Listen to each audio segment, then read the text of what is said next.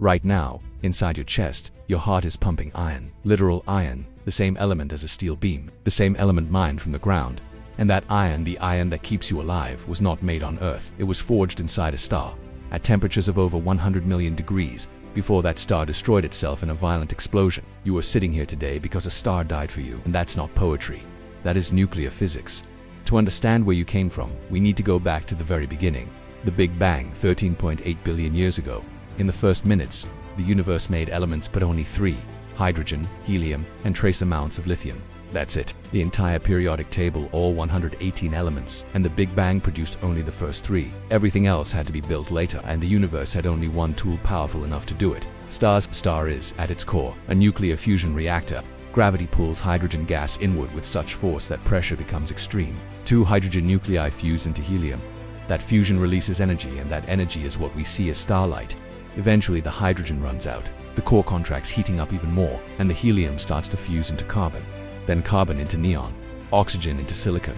Each round, the star builds heavier atoms. This is stellar nucleosynthesis, the universe's assembly line.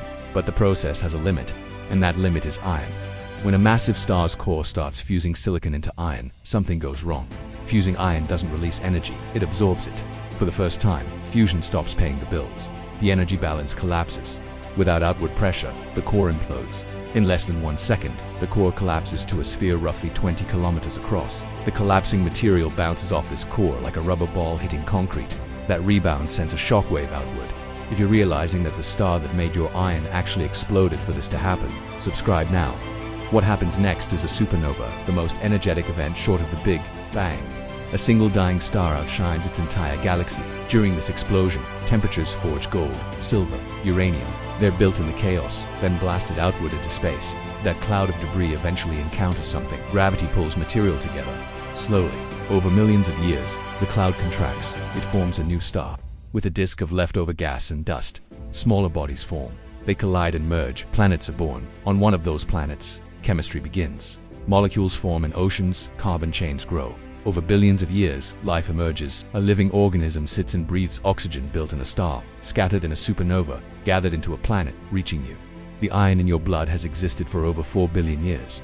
It has been inside that star, inside that explosion. You aren't just connected to the cosmos. You are made of it, assembled from its oldest material. Animated briefly when Carl Sagan said we are made of star stuff. He wasn't being poetic, he was being precise. The universe evolved for billions of years just to produce the conditions for something that could ask, what am I made of? We are the universe. We are the part of it that became complex enough to look back at itself and wonder. Every atom in you is 13 billion years old. You are not a visitor in this cosmos. You are its recent creation. Subscribe if this video made you feel something. Knowing your atoms existed for billions of years, does that feel comforting or terrifying?